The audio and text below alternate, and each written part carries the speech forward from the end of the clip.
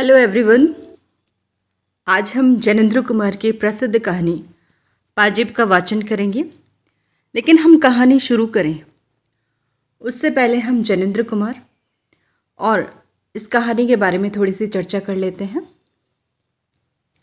जैनेंद्र कुमार हिंदी के प्रसिद्ध मनोवैज्ञानिक कथाकार, उपन्यासकार तथा निबंधकार हैं।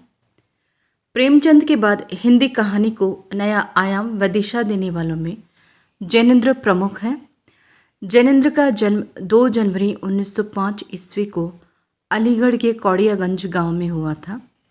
इनका वास्तविक नाम आनंदीलाल था, लेकिन साहित्य जगत में ये जैनेंद्र कुमार के नाम से विख्यात हुए। जैनेंद्र हिंदी में मनोविश्लेषणात्मक उपन्यास परंपरा के प्रवर्तक माने जाते हैं। ये अपने कथा साहित्य में पात्रों की मानसिक स्थिति की मनोवैज्ञानिक व्याख्या बड़ी कुशलता से करते हैं। इनके साहित्य पर फ्राइड के विचारों की छाप है। इन्होंने अपने उपन्यासों में नारी का जिस तरीके से चित्रण किया है, उसके आधार पर इन्हें हिंदी का शरत भी कहा जाता है। यहाँ शरत का उल्लेख बांग्ला साहित्य के प्रसिद्ध कथाकार शरत चंद्र चटर्जी के संदर्भ में है, जो अपनी लेखनी से विश्व साहित्य में अपनी अमिट पहचान रखते हैं। शरत के नारी पात्र आज भी पाठकों के मध्य अपनी लोकप्रियता बरकरार रखते हुए अपना अलग अस्तित्व बनाए हैं। जैनेंद्र के प्रसिद्ध उपन्यासों में सुनीता, कल्याणी, त्यागपत्र, परख आदि हैं। इनकी कहानी संग्रह में फांसी, वातायन, नीलम देश की राजकन्या, पाजेब, 2 चिड़ियाँ, जयसंधी प्रमुख हैं तथा इनके निबंध संग्रह में प्रस्तुत प्रश्न, जड़ की बात, मंथन, पूर्वोदय आदि हैं। पद्म भूषण एवं साहित्य अकादमी पुरस्कार से सम्मानित जैनेंद्र दिसंबर 1988 ईस्वी तक आजीवन साहित्य सेवा में संलग्न रहे। आज हम जैनेंद्र की पाजेब कहानी की बात कर रहे हैं। ये कहानी बाल मनोविज्ञान पर आधारित है। ये कहानी दर्शाती है कि बाल मनोविज्ञान की पुस्तकें पढ़ कर हम बच्चों के बाल मन को समझने के कितने ही बड़े बड़े दावे क्यों न करें, लेकिन हम अपने पूर्वाग्रहों से मुक्त नहीं हो पाते और उन पूर्वाग्रहों में जकड़े होने के कारण ही हम गलत निर्णय भी ले लेते हैं और उन निर्णयों को फिर हम बिना सोचे समझे बच्चों पर थोप देते हैं, बिना उनका पक्ष जाने और बिना उनकी बात सुने समझे बिना। हम बच्चों से वही करवाना और कहलवाना चाहते हैं जो हम सोच लेते हैं। बच्चे छोटे होते हैं, उनका मन साफ होता है। अनेक बार वो अपने मन की बात हमें स्पष्ट रूप से नहीं बता पाते हैं और अनेक बार बड़ों के प्रश्नों के चक्रव्यूह में वे अपने आप को ऐसा घिरा पाते हैं कि उन्हें निकलने की कोई राह ही नज़र नहीं आती और ऐसे में वे अपनी जान बचाने के लिए बड़ों की हाँ में हाँ मिलाते जाते हैं, क्योंकि वो जो कुछ कहना चाहते हैं हम वो न तो सुनना चाहते हैं और न समझना चाहते हैं और बड़ों के भय की वजह से अनेक बार उनमें सच कहने का साहस ही नहीं होता। इस कहानी में आशुतोष के साथ भी ऐसा ही होता है। आशुतोष की छोटी बहन की एक पाजेब खो जाती है। सारा घर उसे ढूंढने में लग जाता है। पाजेब का खोना कहानी में क्या क्या गुल खिलाता है, इसको जैनेंद्र बड़ी खूबसूरती से कहानी में चित्रित करते चलते हैं। पहले नौकर, फिर आशुतोष, फिर उसका मित्र और फिर पतंगवाला एक के बाद एक शक के दायरे में आते चले जाते हैं। पाजेब के खो जाने पर बालक आशुतोष पर कैसी कैसी मुसीबतों के पहाड़ टूटते हैं, इस बात को उसका बालमन ही समझ सकता है। ये कहानी आत्मकथात्मक शैली में लिखी गई है और लेखक स्वयं कहानी में एक पात्र के रूप में मौजूद हैं। चलिए हम कहानी शुरू करते हैं। बाजार में एक नई तरह की पाजेब चली है। पैरों में पड़कर वे बड़ी अच्छी मालूम होती हैं। उनकी कड़ियाँ आपस में लचक के साथ जुड़ी रहती हैं कि पाजेब का मानो निज का आकार कुछ नहीं है, जिस पाँव में पड़े उसी के अनुकूल हो रहती हैं। पास पड़ोस में तो सब नन्ही बड़ी के पैरों में आप वही पाजेब देख लीजिए। एक ने पहनी तो दूसरी ने भी पहनी। देखा देखी में इस तरह उनका न पहनना मुश्किल हो गया है। हमारी मुन्नी ने भी कहा कि बाबूजी हम पाजेब पहनेंगे। बोलिए भला, कठिनाई से 4 बरस की उम्र और पाजेब पहनेगी। मैंने कहा कि कैसी पाजेब? बोले कि हाँ वही जैसी रुक्मन पहनती हैं, जैसी शीला पहनती हैं। मैंने कहा कि अच्छा अच्छा। बोले कि मैं तो आज ही मंगा लूँगी। मैंने कहा कि अच्छा भाई आज ही सही। उस वक्त तो खैर मुन्नी किसी काम में बहल गई, लेकिन जब दोपहर आई मुन्नी की बुआ, तब वह मुन्नी सहज मानने वाली न थी। बुआ ने मुन्नी को मिठाई खिलाई और गोद में लिया और कहा कि अच्छा तो तेरी पाजेब अब की इतवार को ज़रूर लेती आऊँगी। इतवार को बुआ आई और पाजेब ले आई। मुन्नी उन्हें पहनकर खुशी के मारे यहाँ से वहाँ चमकती फिरी। रुक्मिन के पास गई और कहा, देख रुक्मिन मेरी पाजेब। शीला को भी अपनी पाजेब दिखाई।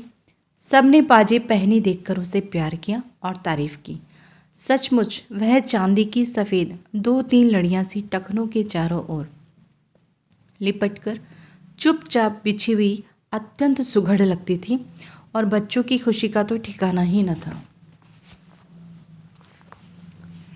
और हमारे महाशय आशुतोष जो मुन्नी के बड़े भाई थे, पहले तो मुन्नी को सजी धजी देखकर बड़े खुश हुए। वह हाथ पकड़कर अपनी बढ़िया मुन्नी को पाजेब सहित दिखाने के लिए आसपास ले गए। मुन्नी की पाजेब का गौरव उन्हें अपना भी मालूम होता था। वह खूब हंसे और ताली पीटी, लेकिन थोड़ी देर बाद वह ठुमकने लगे कि मुन्नी को पाजेब दी सो हम भी बाइसिकल लेंगे। बुआ ने कहा कि अच्छा बेटा, आपके जन्मदिन को तुझे भी बाइसिकल दिलवाएंगे। आशू बाबू ने कहा कि हम तो अभी लेंगे। बुआ ने कहा, छी छी तो कोई लड़की है, जिद तो लड़कियां किया करती हैं और लड़कियां रोती हैं, कहीं बाबू साहब लोग रोते हैं? आशुतोष ने कहा कि तो हम बाइसिकल ज़रूर लेंगे जन्मदिन वाले रोज़। बुआ ने कहा कि हाँ यह बात पक्की रही, जन्मदिन पर तुमको बाइसिकल मिलेगी। इस तरह वह इतवार का दिन हंसी खुशी पूरा हुआ। शाम होने पर बच्चों की बुआ चली गई। पाजेब का शौक घड़ी भर का था, वह फिर उतार कर रख रखा दी गई जिससे कहीं खो न जाए। पाजेब वह बारीक और सुबुक काम की थी और खासे दाम लग गए थे। श्रीमती ने हमसे कहा, क्यों जी, लगती तो अच्छी हैं, मैं भी एक बनवा लूँ? मैंने कहा, क्यों न बनवाओ, तुम कौन 4 बरस की नहीं हो। खैर यह हुआ, पर मैं रात को अपनी मेज़ पर था कि श्रीमती ने आकर कहा कि तुमने पाजेब तो नहीं देखी? मैंने आश्चर्य से कहा कि क्या मतलब? बोले कि देखो यहाँ मेज़ वेज़ पर तो नहीं है, एक पैर की तो है पर दूसरे पैर की मिलती ही नहीं है, जाने कहाँ गई। मैंने कहा कि जाएगी कहाँ, यहीं कहीं देख लो, मिल जाएगी। उन्होंने मेरे मेज़ के कागज़ उठाने धरने शुरू किए और अलमारी की किताबें टटोल डालने का भी मंसूबा दिखाया। मैंने कहा कि यह क्या कर रही हो, यहाँ वह कहाँ से आई? जवाब में वह मुझे से पूछने लगी, तो फिर कहाँ है? मैंने कहा कि तुमने ही तो रखी होगी, कहाँ रखी थी? बतलाने लगी कि मैंने दोपहर के बाद कोई 2 बजे उतार कर दोनों अच्छी तरह संभाल कर उस नीचे वाले बक्स में रख दी थी। अब देखो तो एक है दूसरी गायब है। मैंने कहा कि तो चलकर वह इस कमरे में कैसे आ जाएगी? भूल हो गई होगी, एक रखी होगी, एक वहीं कहीं फर्श पर छूट गई होंगी। देखो मिल जाएगी, कहीं नहीं जा सकती। इस पर श्रीमती कहा सुन्नी करने लगी, तुम तो ऐसे ही हो, खुद लापरवाह हो, दोष उल्टे मुझे देते हो। कह तो रही हूँ कि मैंने दोनों संभाल कर रखी थी। मैंने कहा कि संभाल कर रखी थी तो फिर यहाँ वहाँ क्यों देख रही हो? जहाँ रखी थी वहाँ से ले लो ना। वहाँ नहीं है तो फिर किसी ने निकाली ही होगी। श्रीमती बोली कि मेरा भी यही ख्याल हो रहा है, हो न हो बंसी नौकर ने निकाली है। मैंने रखी तब वह वहाँ मौजूद भी था। मैंने कहा कि तो उससे पूछा? बोले कि वह तो साफ इनकार करता है। मैंने कहा तो फिर? श्रीमती जी जोर से बोले कि तो फिर मैं क्या बताऊं, तुम्हें तो किसी बात की फिक्र ही नहीं है। डांट कर कहते क्यों नहीं हो उस बंसी को बुलाकर, जरूर पाजेब उसी ने लिए। मैंने कहा कि अच्छा तो उसे क्या कहना होगा? यह कहूँ कि ला भाई पाजेब दे दे? श्रीमती जी झल्ला कर बोली कि हो चुका बस कुछ तुमसे, तुम ही ने तो उस नौकर की जात को शहजोर बना रखा है। डांट न फटकार, नौकर ऐसे सिर न चढ़ेगा तो क्या होगा। मैंने पूछा कि तो तुम्हारा क्या ख्याल है। बोली कि कह तो रही हूँ कि किसी ने उसे बक्स में से निकाला ही है, और 16 में 15 आने ये बंसी हैं, सुनते हो ना, वही है। मैंने कहा कि मैंने बंसी से पूछा था, उसने नहीं ली मालूम होती। इस पर श्रीमती ने कहा कि तुम नौकरों को नहीं जानते, ये बड़े छठे होते हैं, ज़रूर बंसी ही चोर है, नहीं तो क्या फरिश्ते लेने आते। मैंने कहा कि तुमने आशुतोष से भी पूछा। बोले कि पूछा था, वह तो खुद ट्रंक और बक्स के नीचे घुस घुस कर खोज लगाने में मेरी मदद करता रहा है, वह नहीं ले सकता। मैंने कहा कि उसे पतंग का बड़ा शौक है। बोले कि तुम तो उसे बताते बरसते कुछ हो नहीं, उम्र होती जा रही है, ये यूं ही रह जाएगा, तुम ही हो उसे पतंग की शह देने वाले। मैंने कहा कि जो कहीं पाजे भी पड़ी मिल गई हो तो। बोले कि नहीं नहीं नहीं, मिलती तो वह बता ना देता।